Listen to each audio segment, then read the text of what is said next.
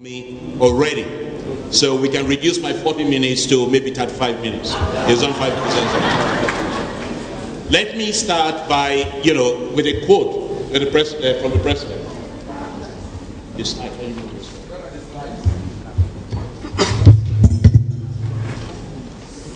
Okay. Please move on. Next slide, please. Right. Let me quote the president to start with. He said, "We are committed to improving our investment climate. Our aim is to keep attracting foreign and local direct investment into key sectors of our economy that will create jobs, stimulate private sector growth, continuous technology transfer, and ultimately economic growth and wealth for Nigerians." And that is what the president has led by example. He has led us in all this effort to transform the economy of this great country and reposition it, rebalance it to where it should be. In terms of the ministry has the vision of the ministry is to promote economic growth, create jobs, and generate wealth. And in terms of mandate, it has four main mandates. It is responsible for industrial development. It's responsible for enterprise development. It is responsible for trade, whether it's domestic, international trade, and also it's very, very important for driving investment into all sectors of the economy. So it has four main mandates. And the way we do it is through policy formulation and, of course, implementation of critical strategy. And when we met about 2 years ago as a ministry, together we agreed that we have to operate within some core values. And we are all agreed that our values have to be about integrity, about teamwork, about professionalism, about service delivery, about transparency, and also discipline. When you look at this ministry and compare it to rest of to similar ministries internationally, you'll find that the first step the president took, as the first in terms of the transformation agenda, is to have a ministry dedicated to the investment drive. So it was almost like a new ministry, but with an expanded mandate. When you compare that ministry with the rest of the world today, compare it to METI, which is Ministry of Economy, Trade and Industry in Japan. It's responsible for industrial development, enterprise and trade, and also does investment. When you compare it to a similar ministry in Germany, that ministry is called the Ministry of Economy and Technology. Again, it's responsible for SME development, employment, trade and technology. In United Kingdom, it's called the BIS, Ministry of Business, Innovation and Scale, also responsible for all that. So it actually, we now compare favorably with the rest of the world, and therefore have a platform to deliver in terms of rebalancing the economy as it should be. In order to make this happen, the ministry has 17 parastatals. And when you look at all these parastatals, they are economic parastatals. I didn't get a chance to talk about them at the last time I spoke at this platform. So I want to start with them. So when you talk about the ASEA, which is Abuja Securities and Commodities Exchange, what have they been doing? What have they done? I'll just go through each one of them, just give you two main highlights of what they've achieved in the last 6 months to 1 year. To support the transformation agenda, it's important that you have a strong, in world-class commodities exchange market. And the only way to do it is for government to create the enabling environment and to allow the private sectors to invest in it. So what the ANC has been doing is to create the environment for the privatization of the commodities exchange so that we can have a world-class commodities exchange. When we have that, there are about 5 or 6 benefits of this. There's going to be transparency in terms of price discovery. You have efficient market. You have less wastage in terms of what the farmers produce. You have significant increase in income to the farmer. And of course, you have certainty in terms of contracts. Government needs to support it with an enabling environment. So what the ASA has done is to submit a bill on warehouse receipt system through the Presidency to the National Assembly. When this is in place, we hope this will be in place before the end of this administration, you will see a big transformation in terms of marketing and exporting in terms of our commodities, mainly agri-produce. CAC is responsible for company registration, and today they have implemented 24-hour registration service in Lagos, in Abuja, in Kano, and in Kaduna. We plan to have this in Port Harcourt and Enugu very, very soon. Today they've registered about 35,000 companies, and within the next 8 weeks, we should have registration online, which means you'll be able to register your company anywhere in the world and pay online. That will happen within the next 8 weeks. Commercial law, not many people know about commercial law. They have launched what we call the Technology and Innovation Support Center Service, which provides a platform for researchers, for inventors, for SMEs, for industries to access patent information that will enable them to produce novel products that will meet with international standards. In addition to that, they have, in the last 2 months, introduced the online processing and registration of trademarks, patents, and industrial designs, which makes that process far more efficient, far more transparent, and has attracted more investors into the country. The last thing they have done is to block the leakages in terms of trademark registration. Before it was done manual, you came to the office, you registered, you paid your bank draft and all that. Now they have introduced a system where there's a direct system by the system, directly through the system to the government. That way they have blocked all the leakages connected with registering patents and industrial designs.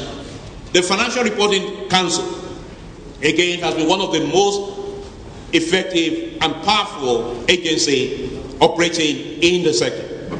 They have completed the first phase of implementation of the IFRS in terms of first phase implementation has been completed. This has attracted a number of investors because now you can compare the financial statement produced by Nigerian companies with any company anywhere in the world, and therefore it's easier for you to do your fundamental analysis when you want to invest in any of these companies. Phase 1 has been completed. Phase 2 has just been started. One of the things which investors and people complain about is the lack of corporate governance. Again, we have in January set up a committee to harmonize the corporate governance code for all companies. But what's more interesting this time around is that we are, as a country, going to have corporate governance code that's going to govern not only the private sector, but also the public sector for the first time in Nigeria. One other thing which that agency has done, which has not been done anywhere in the world, is that anyone who is signing financial statement, any individual professional, has to be attested by the Financial Reporting Council. They have to be registered, so that if there's any misinformation, there's a professional you have to hold liable and have to undergo training. That has given a lot of credibility to the financial statements produced in Nigeria and has rated us as one of the best in the world. No other country has done that anywhere in the world. Sugar Council, its job is about sugar cane to sugar production. In 2012, September, the policy for sugar cane to sugar was approved by the Federal Executive Council, and of course implementation started in 2013, and to date we have greenfields investment close to about 3 billion in the sugar sector. I'll talk more about this later.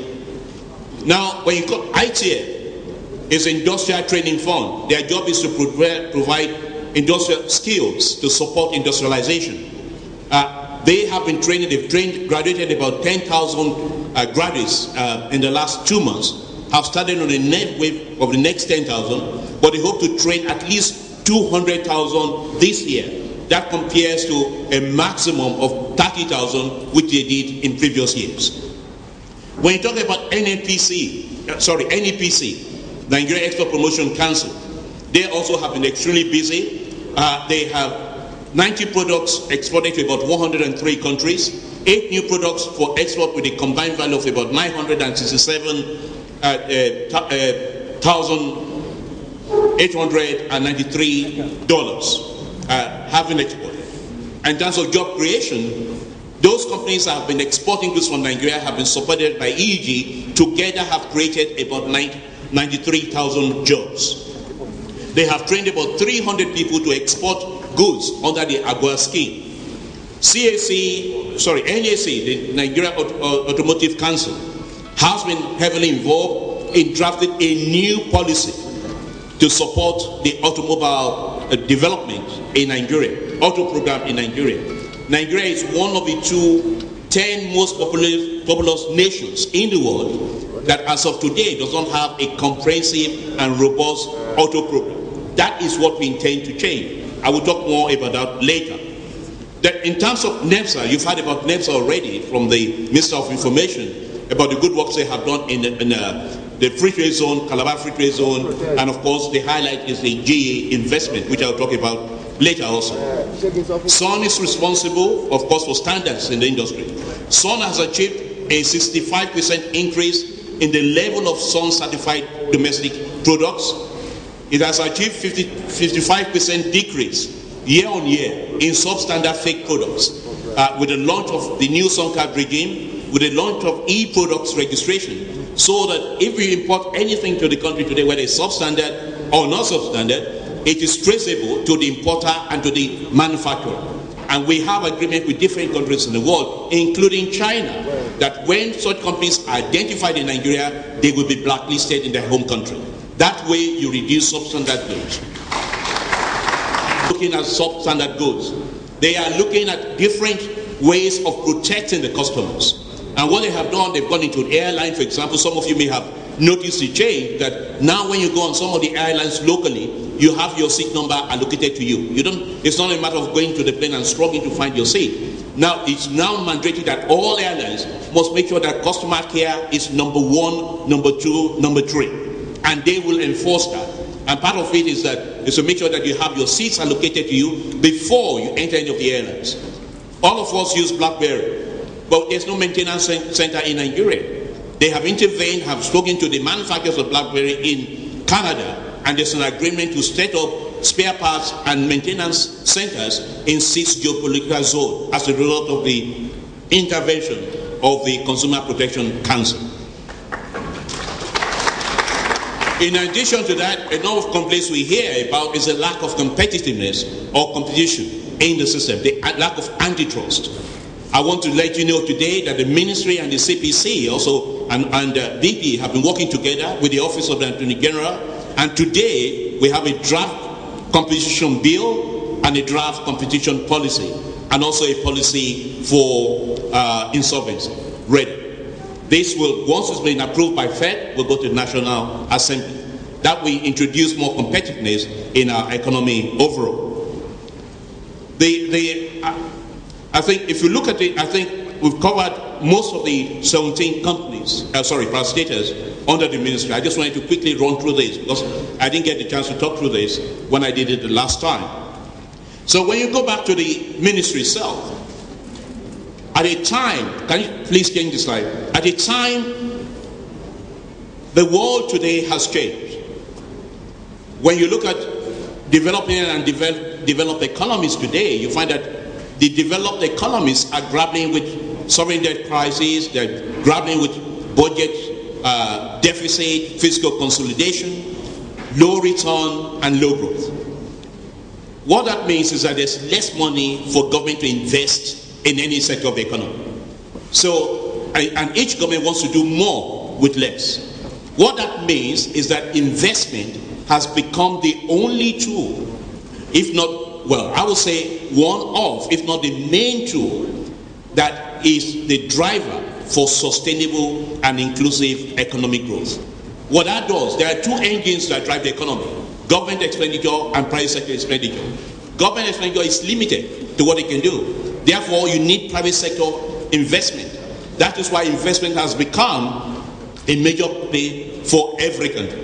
There's hardly any president you see anywhere in the world traveling around the world, the first thing they talk about is investment and trade. And there's nowhere they're going anywhere in the world that their minister responsible for investment and trade is not with them. Whether it's America, whether it's China, whether it's United Kingdom, whether it's Nigeria, whether it's South Africa, it's all about trade and investment. That is the mode, that's the context in which we operate today. So when we came in, what did we meet?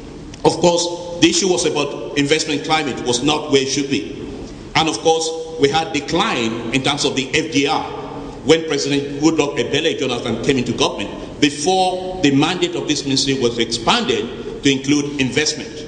And of course, there were issues in terms of there was no one ministry responsible for what we needed to do, and high cost of establishing businesses. The time it takes to start businesses was much, much longer. Today, as I say, we now have 24-hour service today.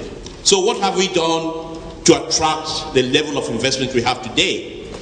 Well, the first thing we did was to set up what we call the Investment Climate Reform Program, working with the World Bank and with DFID. And the idea is to look at a number of areas what we needed to do to improve our investment climate, to make it easier for investments to invest in the country, but more importantly, to keep the local investors investing also. So it's important, it's not just about foreign direct investment, it's about local investors.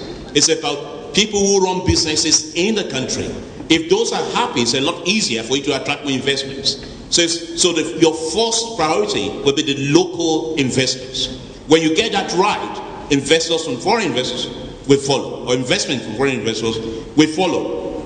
So what have we done? Of course, we have, as a result of that, we have the Doing Business and Competitiveness Committee has been re-established in its house at the NIPC, and a memo. A lot of work has been done with the World Bank and DFID, and a memo is being presented to the Federal Executive Council and NEC, hopefully in the next few weeks, which will address all the issues we need to address in terms of improving the investment climate. The Investor Care Committee has been revived. This is a committee where any investor in the country today can engage with this committee on a day-to-day basis if they have issues. The job of this committee is to look at the day-to-day problems investors, businessmen have in the country. It's an interministerial committee, and deal with them and make sure that they get the answers as quickly as possible. So that committee operates within the NIPC. Again, we've set up the National Competitiveness Council of Nigeria. Now that's driven by the private sector. The World Economic Forum are responsible for ranking countries in terms of competitiveness. And when we came here, we had a meeting with them. We said, look, what do we need to do to get to where we want to be? And one of the things they advised us to do was to set up this NCCN, which is going to be driven by the private sector, to make sure that we address the issue of competitiveness. The president approved that, and the council has been established. Again, we have a national policy framework. We didn't have a national policy framework in terms of investment promotions, in terms of tax, in terms of credit, in terms of competition, in terms of consumer protection. What we have done is we have worked with the OECD and NEPA to look at the framework, investment framework, which covers these 7 policy areas, and have developed policies around these 7 areas. Of course, we had a one-stop shop at NIPC, but it wasn't functioning the way it should function. We didn't have the right authorization, the right people represented. The president directed that this is so important for investors coming to the country, and it was important that it was staffed at the right level with the right authority. We have done that. We have not only done that at the federal level, we have helped establish the one-stop investment center in 16 states of the federation.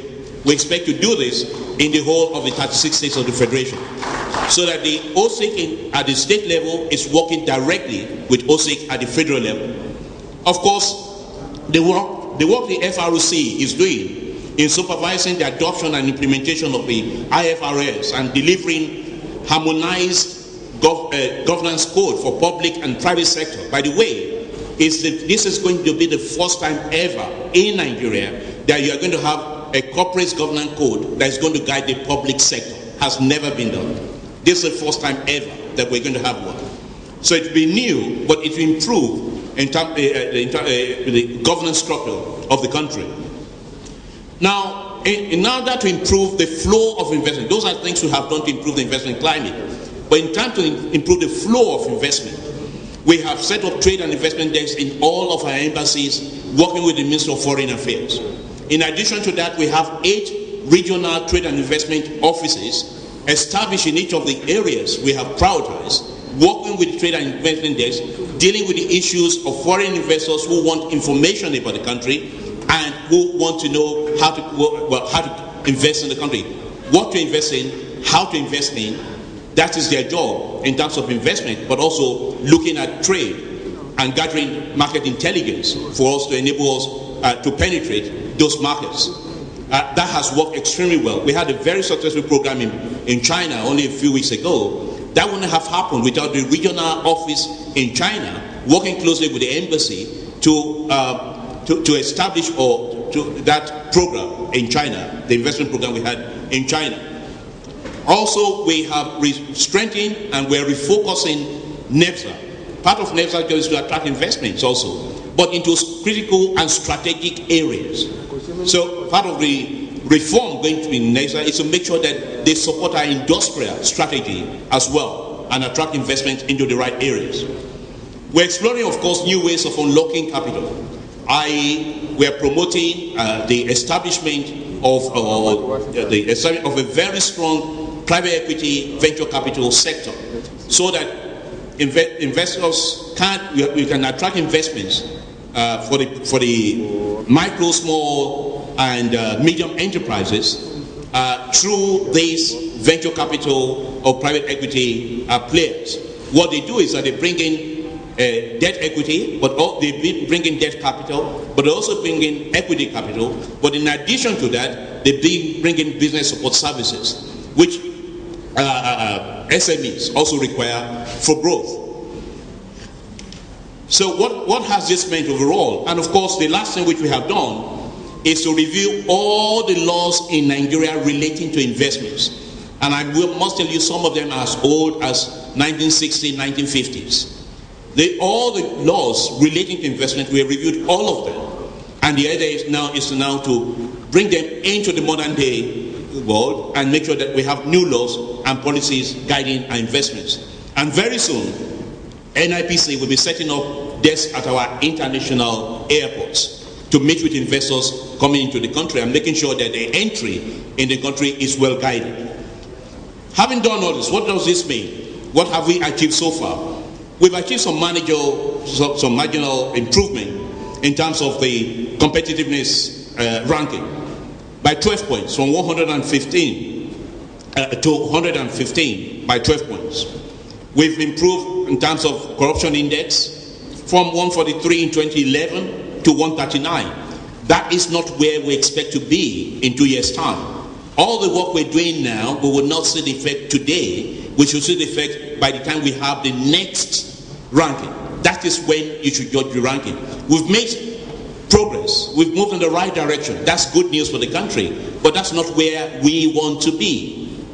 Where we expect to be is much, much higher than this. And we should expect that all the work we're doing now, it takes time to say, but all the work we're doing now will lead to where we want to be in the next year or two by the time we see the next ranking. But the good news is that we're moving back in the right direction. That is the good news. Of course, Corporate Affairs Commission regulations has been amended, which means that you don't actually need a lawyer, for example, to register with CAC. That has led to a savings, potential savings of about 1 billion to investors.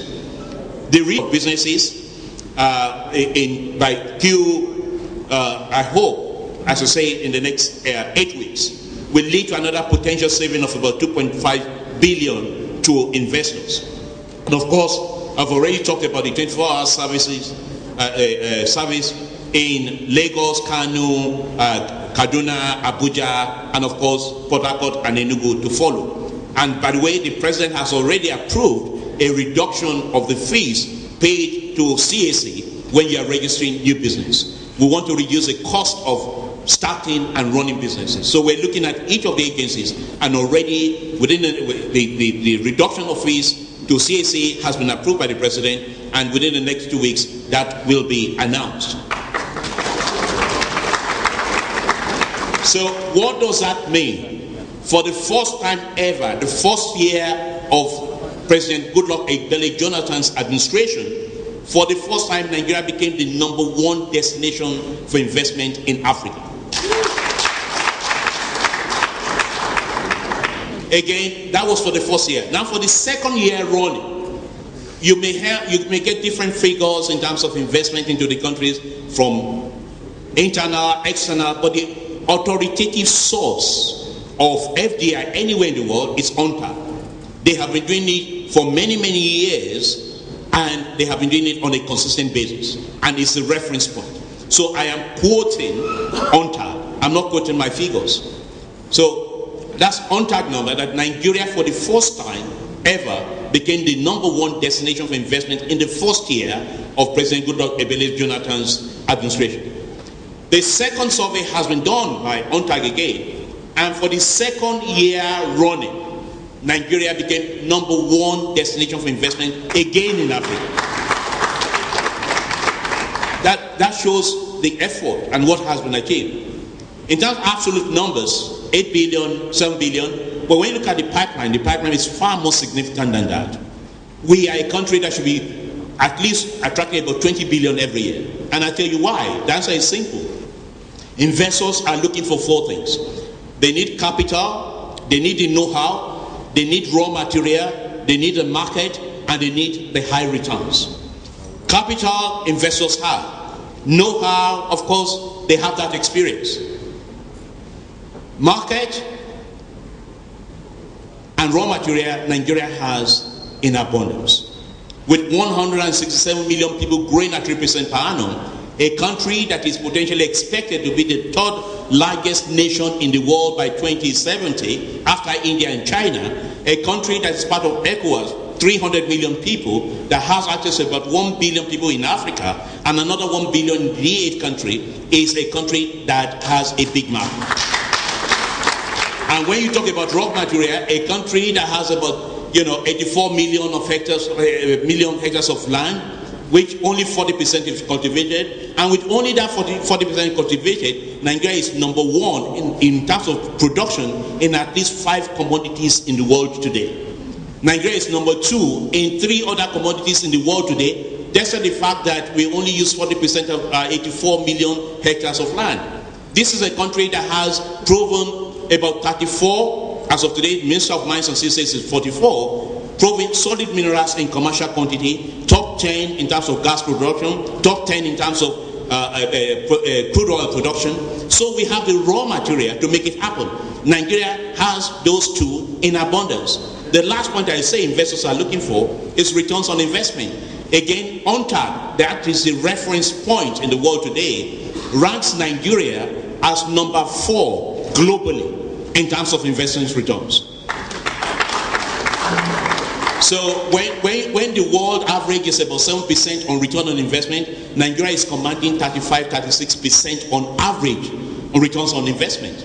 So we have the climate, we have the environment to attract investments, and that's why we have seen that significant growth. That's the chart to show you where they are, and the 4th in terms of ranking. In addition to that, of course, that is what they have reported. We have some pipeline investments when you talk about commitment. As I speak to you today, just on top of it, just as I speak to you today, the Minister of Information has said a few months ago, Jeff Immett, the president of GE, was in Nigeria. We signed an MOU with them that they will invest $1 billion into the manufacturing and assembly of transformers in Nigeria. Now, and they chose to do it in Calabar Free Trade Zone. Now, that was an MOU. But what the minister was saying is that MOU has now translated to actually conversion. So only last month we went to Calabar Free Trade Zone to do the groundbreaking. I have this paid in my office as evidence to show you that the groundbreaking was done, and the first $250 million, which is part of the $1 billion that will be invested this year. That is part of the pipeline project we have here. We are promoting, it's not about, we have competitive advantage that we have oil and gas, but we are not an oil and gas story. We should not be an oil and gas story. We should be, it's about what you do with the commodities. So we are focusing on the value chain, meaning petrochemicals, fertilizers, and of course we are focusing on methanol plant. As I speak to you today, we have commitment, pipeline commitment of a minimum of $12 billion for the petrochemical sector and fertilizer sector. In addition to that, as I speak to you today, we talked about sugar, $3 billion commitment. This does not include the other commitments by existing players in the industry. Again, we talked about auto program. We have been working very closely with the OEMs, with the likes of Nissan, with the likes of Toyota, Honda, and Hyundai. And they have looked at our policy and said, once these policies are approved, they are all committed to coming to Nigeria, to establishing in Nigeria. So we're just waiting to get that passed. And of course, when you talk about the telecom, they're already here already. But in total, you've had all the announcements, they all announced a total of close to about $6 billion additional investment into the telecom sector. Consumer goods, so we have a lot of P&G have just invested $250 million in a new plant. And of course, Guinness is investing another $335 million. This is not complete. This is just taking some highlights of the pipeline to tell you how serious, and it shouldn't be surprising to us. Because as I say, we have the raw materials, we have the market, and we deliver high return on shareholders' investments. Next slide. When you see the stock market, you see recovery also there in terms of investors investing in the stock market. Today, if you look at it, in 2012, the NSE rose by about 35.4%. As of June 2013, the market grew by about 32.29%. When you compare the 35.84% between 2011 and 2012, if you compare it to FTSE in the United Kingdom, that grew by about 5.7%. Compare that with the other ones in Japan, it's 2.7%. So you can see the difference in terms of returns. We are, for the first time ever, it has never happened in history, Nigeria and other emerging markets today are in a very different place, where a place we describe as a high growth and a high return environment. And as a result, money follows money. Investors will invest where they'll make returns. And we have it in this country, and the time is right for us to invest in it. When we're talking about investments, it's not just coming from different places. The good news is that investments is coming all over the world. If you look at this map is just a road of the map. It's telling you that if you look at China, for example, you have the China Power Company here. When the president went to China a few weeks ago and we had the investment forum, one of the MOUs signed with the Minister of Power is to generate 20,000 megawatts of power over a period of time. That is 20 billion. It costs about $1 billion to generate 1,000 megawatts of power. That's 20,000 megawatts of power. Now, if you look at Australia, look at the United States, you have companies like Symbion, P&G, and Cargill. You have, when you talk about Brazil, you have BFR, you have Electrobras, who has signed another 10,000 megawatts of power with the Minister of Power. We have Petrobras. We have, if you look at the Indonesia, you have battery groups and all that. So if Glencore, you have different companies here that are all invested or interested or are looking at investing in Nigeria. It's all over the world. I have been to at least more than 25 countries in the last year or so. There's nowhere I have been that the interest in Nigeria has not grown. When, as a country, we have a beautiful and compelling story to tell. And that story is based on facts. Based on facts. One of our companies here will tell you, it's only in Nigeria you set up a company in 3-4 years time, you are making $1 billion per annum pre-tax profit. It's only in Nigeria you have such growth. So the opportunities here are huge. And the important thing is for Nigerians to take advantage of that and make money out of it. And we need to create that environment for you to invest in this economy. The next slide, of course, is this is groundbreaking for P&G for their new plant in Agbara Estate, the $250 million investment by P&G in Agbara Estate. The next slide. We talked about from MOU to actually investing, actualizing. These two photographs, the first photograph is a photograph of Jeff Ament and myself signing the MOU a few months ago. The second photograph at the bottom is a groundbreaking. So we follow up. It's not a matter of just signing MOUs. The MOUs, we follow up to make sure that we convert it into investment. And of course, GE is not any other company. It's a top 500 company in the world. If GE is investing in Nigeria, you take notice. And that's why it's important that some of these names attract other investors. Next slide. Of course, the other area is about trade. Trade is important. I say investment and trade. Those are two tools that are very important. When you look at the GDP of the country, trade actually accounts for about 23% of the trade of the country, of the GDP of the country. Agriculture has the highest, about 40% or thereabout, but trade contributes about 23.7% of the GDP of the country. That shows you how important trade is to the economy of this country. Next slide. Well, in terms of the idea is we are an import-dependent country. So the important thing is the conversion of trade and make sure that there's good trade and there's excellent trade.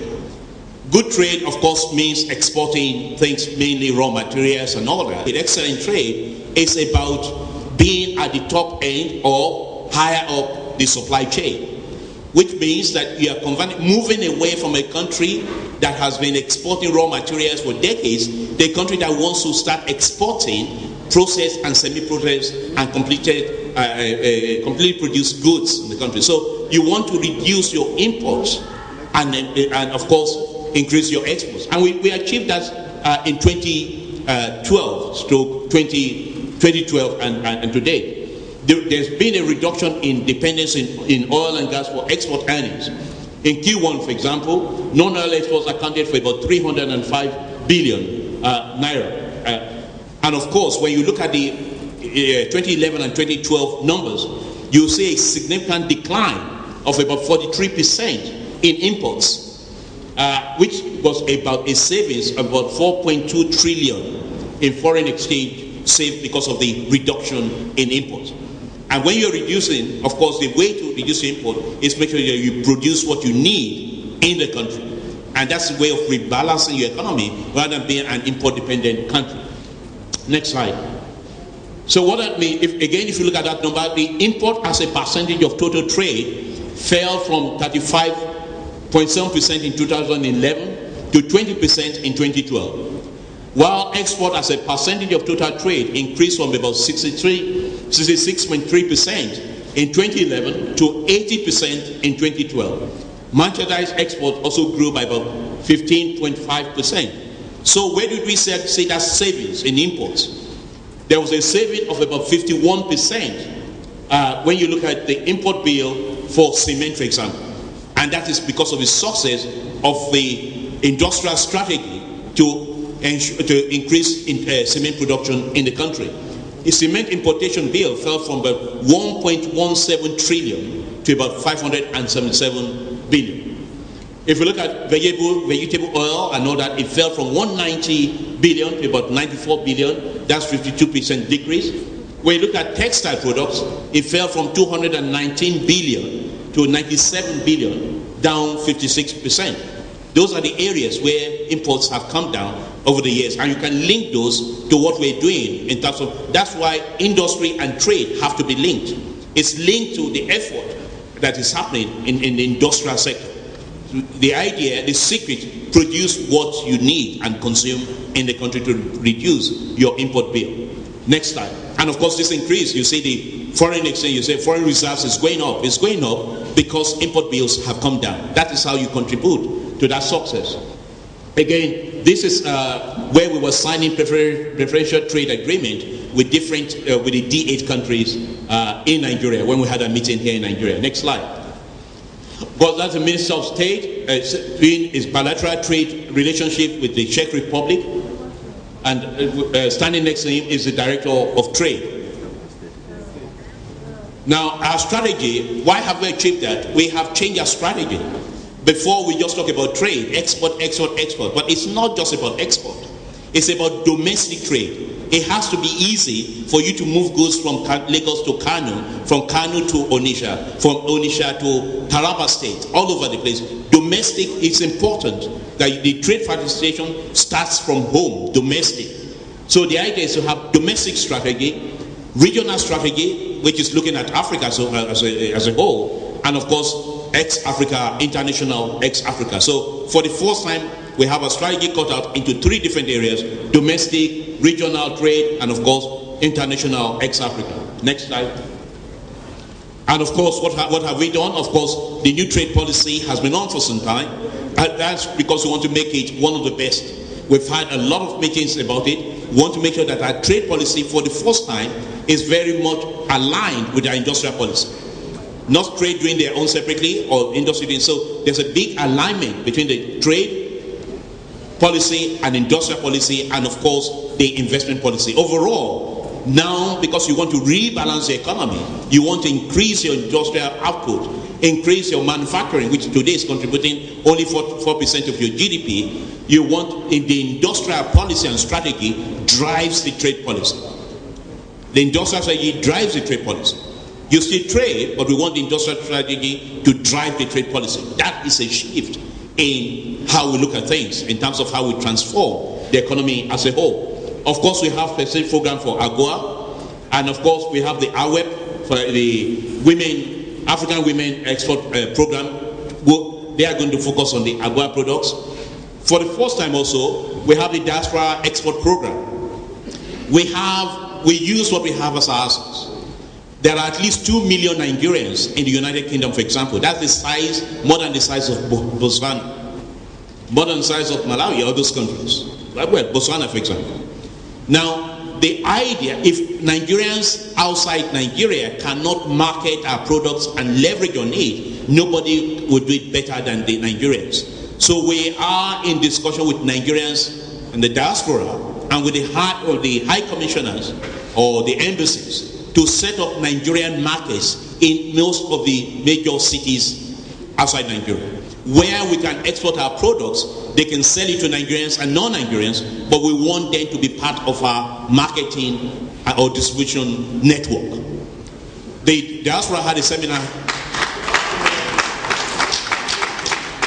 The diaspora had a seminar here last week, and one of the workshop which we had with them was about this export program, where we want the diaspora to actually take the lead. Already, I can tell you that efforts are being made in the Netherlands, in South Africa, in some states in America, where we are going to have, in Canada also, in Canada, where we are going to have Nigerian markets for the export of our products, and they will become our marketing agents in those countries. That's new. Of course, we are focusing on quality of trade, not raw material, but more in terms of the processed and semi-processed products. We're moving away from raw materials. Of course, we identify 7 emerging international markets for selected products: US, ECOWAS, Thailand, South Korea, Sudan, China, and of course, we have the products here. Interest of time, I'm told I have 5 minutes, I have to rush through that. And of course, what have we achieved? Of course, as a result of this, there was a 43% decline in imports in 2012. We expect annual growth rate of non-oil exports from 20 to 25% in the next 3 years. 11 markets lost in 2011 were regained in 2012. The French Republic in Italy and the Dutch Republic that were making garments out of the wool. King Henry introduced export tax. King Henry at the time, and his son followed the same policy, banned export of wool until the United Kingdom became self-sufficient in terms of garment production. That was how they started and became a world force. So, and why do you do that? Because when you look at government revenue, to diversify your revenue and to create jobs, it's true value addition. Exporting raw materials, you export raw materials, they create jobs, they do the products, they add the profit to it, then they sell it back to you. You buy that product back with the money they paid you and extra money to it. That doesn't make sense. It doesn't make sense. You agree with me? Thank you very much. So that is what President Jonathan wants to do when he says we are transforming the economy. We are transforming the economy from a country that is dependent on import, a country that is dependent on exporting raw material, to a country, to an industrialized country, because we have the competitive and comparative advantage to be a great country. When you look at us, other countries, the slide before this, pick one. When you look at us, when you look at China, for example, manufacturing is about 30% of GDP, employs about 100 million people, percentage of exports about 90%. Look at India. Manufacturing is 14% of GDP, employs 30 million people, and of course contributes 60% to the export. Look at South Africa. 15% of GDP is manufacturing, employs 1.5 million people, contributes 54% to their GDP. Brazil, 15% of their GDP is manufacturing, employs 15 million people, contributes 65% of their exports. USA, 13% of their GDP, employ 13 million people. Nigeria is 5% of our GDP, is 4% of our GDP. That is why we need to focus on industrialization, on manufacturing. That is where we're going to create jobs. That's where we're going to diversify the revenue, and that's how we are going to make sure we diversify the economy as a country. When you look at the P&L of the country, yes, you generate money from selling crude oil.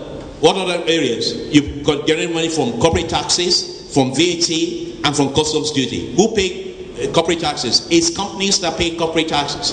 If you look at one of the states today, I won't mention the name, the IGR has gone up from an average of about 67 million per month to about 4.8 billion per month. Where is the extra coming from? It is from companies. That is why you need to focus on companies, treat them well, make sure you have the investment climate, the right investment business climate for them, make sure you promote manufacturing. You produce, well, all the agri produce, they have to have off-takers. They have to be processed. They have to be turned into goods. Paddy is not rice. Farmers produce paddy. You have to process the paddy into rice. That's people, you eat and buy rice. That is why manufacturing is the way forward for this country. Next step. So what have we done? Of course, we've introduced what we call the new National Industrial Revolution Plan. And it's based on areas where we have competitive and comparative advantage. We want to increase our GDP from 4 to 10%. The industry tell me I'm not optimistic enough. They think we can do 15-20%. But I'm saying 4 to 10% to start with. And of course, focusing on the enablers and barriers to growth so that we have a competitive environment. So when you're talking about, next slide, when you're talking about areas where we have competitive advantage, we have looked at areas where we have competitive advantage. We have looked at areas where it's labor intensive and where we have some experience and we can make changes. So when you're talking about the agro-allied industry, for example, we're talking about food processing, we're talking about textiles and garments that used to be the highest employer of labor in the country after the government. We're talking about sugarcane to sugar. In Sudan, that supports more than 1 million people. And by the way, when you go into sugar, you do far much more than sugarcane to sugar. And palm oil production, we were number one. Malaysia and in Indonesia, that's where they earn their foreign exchange from. We have to go back to that in terms of palm oil processing. When you talk about metals and solid minerals, we've done very well with cement. Of course, auto program, I've told you, we are one of the 2 countries, 10 most populous nations in the world that do not have a comprehensive auto program. We should have that in the country. I'll tell you the mistake we made in the past and what we are correcting today. Basic metals is the backbone of any industrialization. We have iron ore. We should need to go from iron ore to pellets to cold rolling mill to hot rolling mill, and of course to flashes, and of course you have the body of the car, the tins and everything. We have the raw materials. We go all through the chain, value chain. That is what we are focused on. We are talking about aluminium. You have bauxite, aluminium to bauxite. Petroleum. Yes, we have oil and gas, but for God's sake, process it. Get petroleum products here. We're talking about propylene, ethylene, and all that. They support the auto industry, for example. Plastic industry. The Innocent, my good friend talked about. Innocent employs 4,500 people in his plastic industry in Enugu alone. That tells you how, and yet it's a tip of the iceberg in terms of our demand in the country. We're talking about fertilizer plant. We have a lot of investment going to that. We're talking about chemicals, pharmaceutical, and of course, heavy. We're talking about light manufacturing in terms of housing, light manufacturing, and of course, services and consumables. And we focus on the services sector. If you look at, so what have we achieved so far? Of course, what was NRP? NRP is very different from what we have ever done before. Number one is strategic. It's strategic because we are focusing on areas where we have competitive and comparative advantage, where Nigeria can be number 1 in Africa and top 10 globally. Number 2 is holistic. It's holistic because we are looking at from beginning to the end, the value chain, and of course, we're looking at enablers and barriers to growth. It's integrated because we're doing it on a cluster concept basis. It's the execution, implementation is critical, so we have a team to implement that. But more importantly, it's based on institutions driving the implementation. Our institutions are non-existent or weak. So we are reforming all the institutions that are going to drive the NRP project. What have we done to date? Of course, we've done a lot of things to date. The policy, next slide. Okay. These are all the things. So when I say, sorry, well, I don't know where you are. Back. So this, what we have done to date, of course, on agro-allied, I've said already that we have the policy and strategy done for sugar, cane to sugar. In September, that has been done. Textile policy is at the advanced stage. The committee we've met with stakeholders is now going to National Economic Management Team. Leather product, the team has been inaugurated. They are working on that. Automobile program, we've worked with consultants in South Africa, with OEMs. We now have a policy in place. We only have one issue to resolve. Then it goes to Fed, and that policy and strategy is approved by the federal government. Cement, we finished the first phase. We are now going to the second phase. Petrochemical, plastic, general services, we've done that. In terms of course, the enablers, we're going to focus on infrastructure. So we're going to focus on industrial cities, industrial zones, skills development. ITF is going to be reformed to be able to deliver on that. Investment climate, we've talked about that earlier on. Innovation, for the first time, we want to link innovation to industries. That has never been done before. To make sure that we have R&D for each of those sectors. Standards, we want to make sure that standard is very important. Quality standards, we want Son and the others are going to focus on that. Local primary policy, financing is critical. And the president knows it and set up a committee to look at that. And we have two structures we want to come up with to help provide finance to support the not just industrialization, but businesses overall. Next slide. Okay, round up. Next, backward integration. This is just to tell you what we have achieved with cement to date. Installed capacity about 28.8 million metric tons. Estimated demand 20 million metric tons. Foreign exchange saving $1.5 billion, which is about 232 billion naira. Export commenced for the first time ever. We have started exporting cement out of Nigeria. Direct and indirect job close to about 2 million. Next slide. Next slide. There's a lot I should. BOI just talk about what BOI has done in terms of funding. We don't have the time to talk about that. Capacity in terms of manufacturing utilization has gone up also. And if you look at textile, the textile industrial utilization has gone up from about 29.14% to about 52.01% due to the focus on the textile industry. Next slide. Now let me finish this by talking about SMEs. SMEs are the driver of the economy in anywhere in the world. In fact, in most countries, they represent 80 to 90% of the businesses in any country, whether it's Nigeria, whether it's Brazil, whether it's United Kingdom. That is why any government cannot afford to ignore MSMEs. They are the drivers of the economy. Now, today, we have about 32 million SMEs in the country, we have about 17.25 million SMEs in the country, employing about 32 million people. But when we did our survey, we found that there were a lot of things wrong with the SMEs, and government was not supporting them enough. So what have we done? We've come up with a new delivery mechanism, which is called NEDEP, the National Enterprise Development Program for the country. It's called NEDEP. With the university program, it's called UNIDEP. Next slide. Basically what NEDEP does, for the first time ever, we're bringing SMIDAM, ITF, BOI together to work on implementing NEDEP. SMIDAM provides business support services, ITF provides skills, BOI provides funding, standard organization, make sure that the goods they produce meet with standard. So initially, each one of these groups we are working in silos. For the first time, they are going to implement NEDEP together. Second thing is to take it to the grassroots. Before, we had 90% of SMIDAM people in Abuja, and we had everything in Abuja.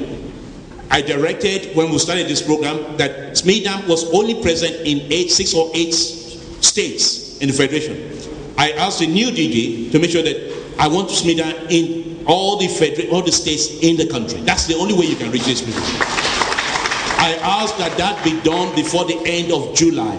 I wrote to him last month and delighted to say that the new DG there, as of today, we have SMIDAM in 30 states of the Federation within a month. And the 6, I'm assured the 6 will be done before the end of this week. Now, again, we were talking about National SME Council. Take it to the grassroots. Today, we are launching SME Council at the state level, where we will deal with each of the local governments, understand their issues, make sure we provide finance to them, make sure we provide business support services to them. We have already launched the SME Council in Kano. We've launched it in Ogun State already, and we're going on all the states to launch the SME Councils. Each government will be represented, the trade associations will be represented, private sector will be represented. All their issues in the states will be dealt with at that level. If they need a national level, they come to the National SME Council. But the state level has to be the most active. The last thing, in terms of providing finance, BOI has changed its own way of financing them. Today, BOI has now introduced what we call bottom of the bill product. Each of them will form cooperatives. They will cross-guarantee each other, and BOI will lend them money through microfinance institutions without any collateral. That's the first step. That money is going to go, and already BOI has established relationship with about 18 states where they do matching funds, and together I think they have close to about 8 or 9 billion naira already for this program. We've started in some states already. We're just leveraging and scaling it up to all the states in the federation. Again, market access. We're going to link SMEs to the large companies so they are part of the value chain. Link them to the AGOA funding as well. In terms of clusters, we have 23 IDC centers which we are going to develop into SME industrial zones for the SMEs. State governments are already doing, Kano is already doing it, Ogun State already has plans to do 2 industrial centers. We're working with the different states there, and we do it on a cluster basis, have local patronage policy to support that so that government buys their product, and we're also talking to NEC to make sure that the tariff for SMEs is discounted to reduce the operational cost until we have enough power in the country. Then, of course, that means we are addressing the enablers. Next slide, please. I'm rounding up. Now, of course, next slide, please. So, okay, I think you've gone. But overall, I think all I'm trying to say to you is that we have a new program that is delivering national enterprise development program.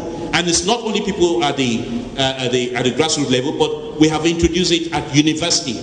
We have set up what we call the UNIDEP, which is establishing enterprise clubs in each of our universities. That was launched with the Minister of Education a few months ago, where we will work with them, taking successful entrepreneurs to universities to talk to them about entrepreneurship, how to run their businesses, support university students that already have businesses in the country with financing and business support services, do business plan competition. And I'm delighted to say also that in all our secondary schools today, we now have enterprise as part of the school curriculum to teach them how to do it. So ladies and gentlemen, I've been told to round up. Let me leave it this way, and thank you very much for listening.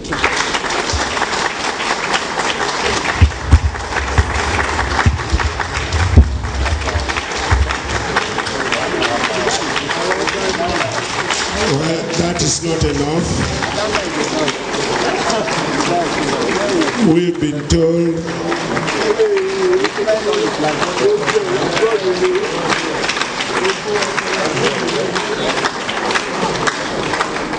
well, that is not enough.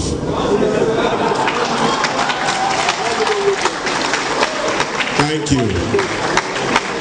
Thank you. Let me just tell you a very short one. When we were planning this 2013 ministerial platform,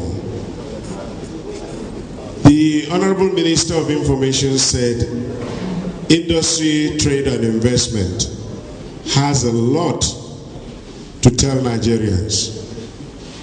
At the end of the day, anytime we slot in industry, trade and investment, we'll hear that they have commitments, and commitments outside the country. So at the last Federal Executive Council, when the Minister of Information met his colleague and told him, look, you have to come in, the man said, no, I am already committed. In fact, I thought they were going to exchange blows. You know what? Labaran told him that no, trade and investment has a lot to tell Nigerians. And you will agree with me, we've heard so much. We were showing him that time was up. but he was still on and on and on. This is to say that that place or that sector has delivered. Do you agree with me? Yes. Then we should all rise once more and put our hands together for the very beautiful work that the Honorable Minister of Industry, Trade and Investment and member of his team have been doing for this country. Congratulations and well done, sir. However, distinguished guests, ladies and gentlemen, we do have a series of questions for the Honorable Minister and his team. And we'll try to read out the ones that have come from the social media before we revert to members of the public. Honorable Minister, sir, I have this first set of questions. And this one is coming from one Mr. Kolowale Shegun from Ibadan.